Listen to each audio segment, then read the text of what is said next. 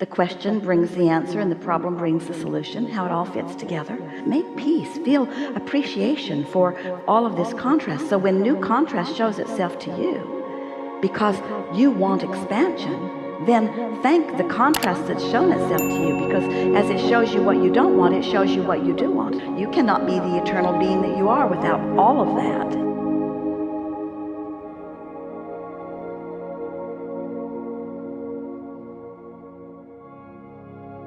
There are 4 steps to the process that we like to talk about. 5 really. I'm going to talk about 4 first and then 5 a little bit later.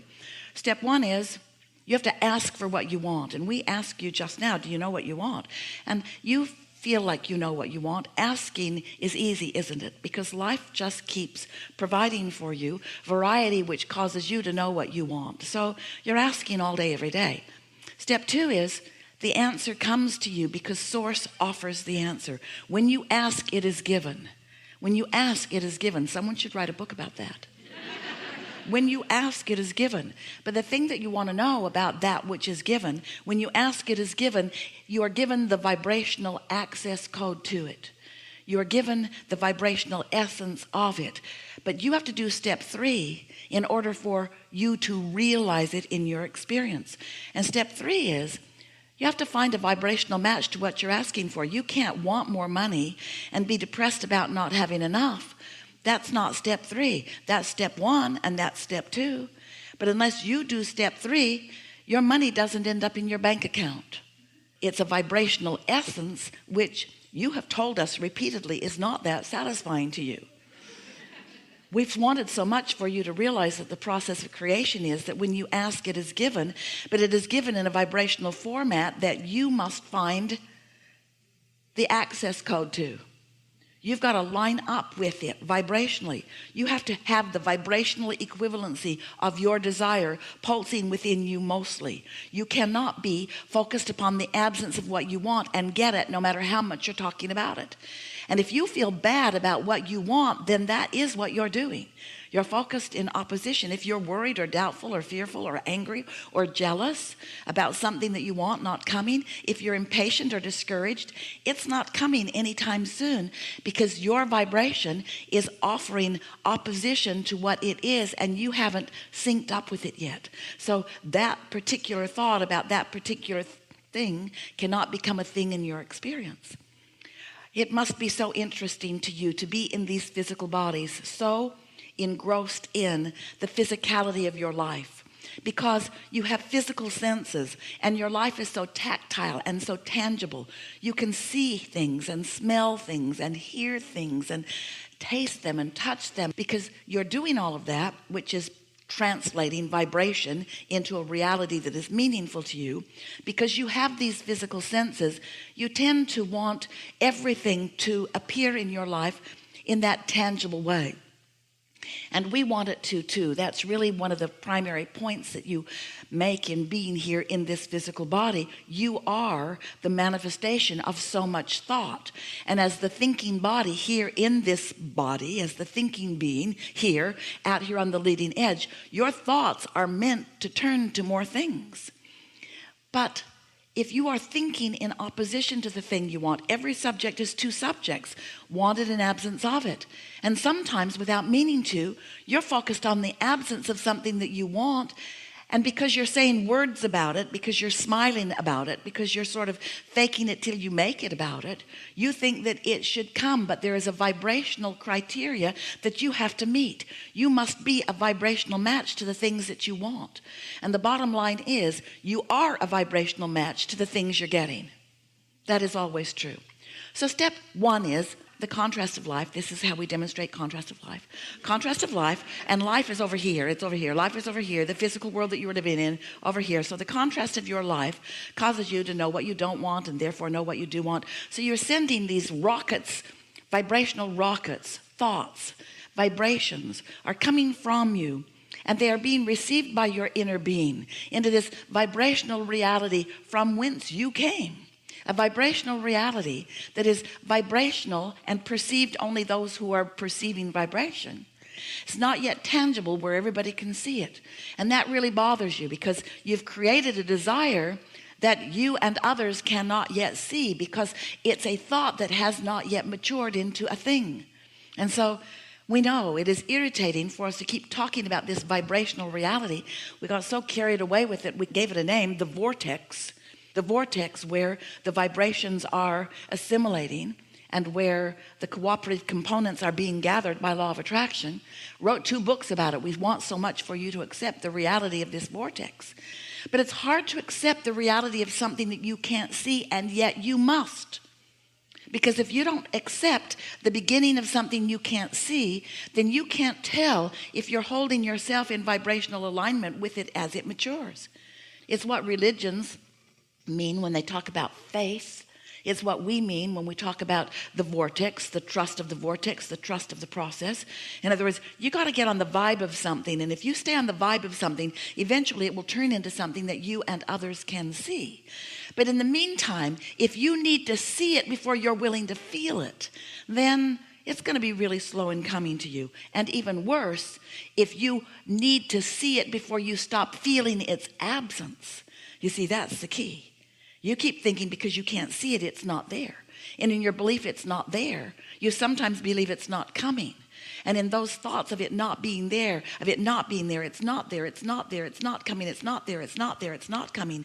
You're not turning the thoughts of it becoming to things. You're turning the thoughts of it not coming to things. So it continues to not come. Do you know? The things you don't have, that's creation too. You might tell people might say to you, "You a good creator?" "Yeah, I've created a lot of not things."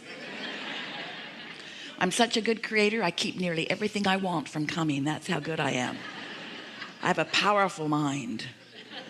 Think about that a little bit, because that is what's happening. You may be using your powerful mind to create things that you want, and you may be using your powerful creative mind to prevent them from coming. And so as we're moving forward today, we want to help you figure out how to get into that receiving mode. Step 1 is ask. Step 2 is source answer. Step 3 is you've got to be vibrationally equivalent to what you're asking for, which means you got to feel it like it's done. You got to feel it. You got to talk about what you want and why you want it. Think about that. When you talk about what you want and why you want it, you can feel it, can't you? But when you talk about what you want and where it's going to come from, I don't know. When it's going to get there, I don't know. Who's going to be with it, I don't know. Then you sort of mess it up with all that I don't know stuff that's going on. So if you could step back in a more general way and think more about what you want and why you want it. Just catch the essence of it. Or not think about it at all. Oh. Do you know, you could decide that you want something. Bam. And never think about it again. And it would come. Do you know that the only thing that keeps the things or the experiences or the people, the life from you are your opposing thoughts about it? Makes you kind of want to think about what you're thinking about, doesn't it? So for a while, as we present this to you, you got a little too human-like. You're so action-oriented. You don't mean to be. It doesn't serve you very well. Your action is such a weak power. And your connection to this energy that creates worlds is such a powerful power. But so often you are focused upon the action part of your life experience. And it's difficult, we know, not to notice what's going on. So if you want more money and there isn't enough, it's hard not to notice that, we know. But if you could step back into a little more general sense of abundance and just try a little bit to focus softly on the things about your life that feel good to you when you focus upon them, then you will begin to stop doing that thing you do that prevents it.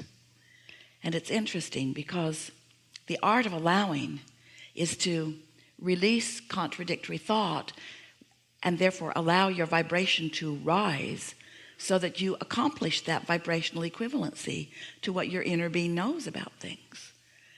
But when you're facing reality, which seems prudent to so many of you, it's been taught to you by so many, then you often can't do that. People will say, well, Abraham, shouldn't I face reality? And we will say, certainly, if what you're looking at is pleasing to you.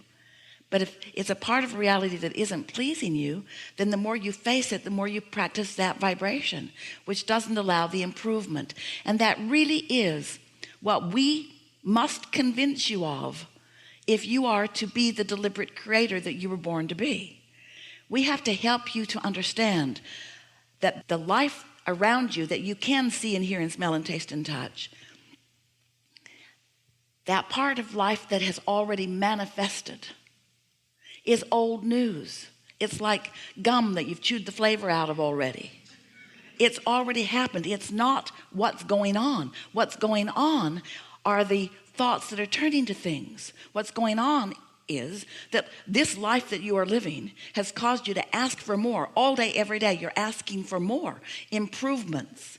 And those improvements are, in the beginning, vibrational realities that are in the process of becoming manifested. But you are the one who must perceive the manifestation. You've got to line up with the vibrational version of them. And therefore, and then, when you line up with the vibrational version of them, then you get to witness. You get to be right there and see these thoughts turning to things. And you don't know it yet quite like we want you to. In fact, some of you don't even really know it at all. But we know so clearly that's why you came. That's the zest of life. That's the juice of life. That's what you really came for. You want to witness your thoughts turning to your things. That's what you're here for. To have your hands in the clay of your own creation. And it's fine to look around at what others have created. That's part of that deciphering process.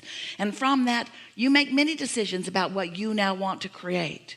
And there is nothing that you cannot be or do or have. There is nothing that is off limits to you.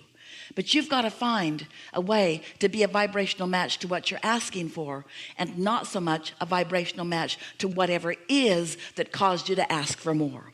Because if you keep focusing upon what is, you can only hold what is to you.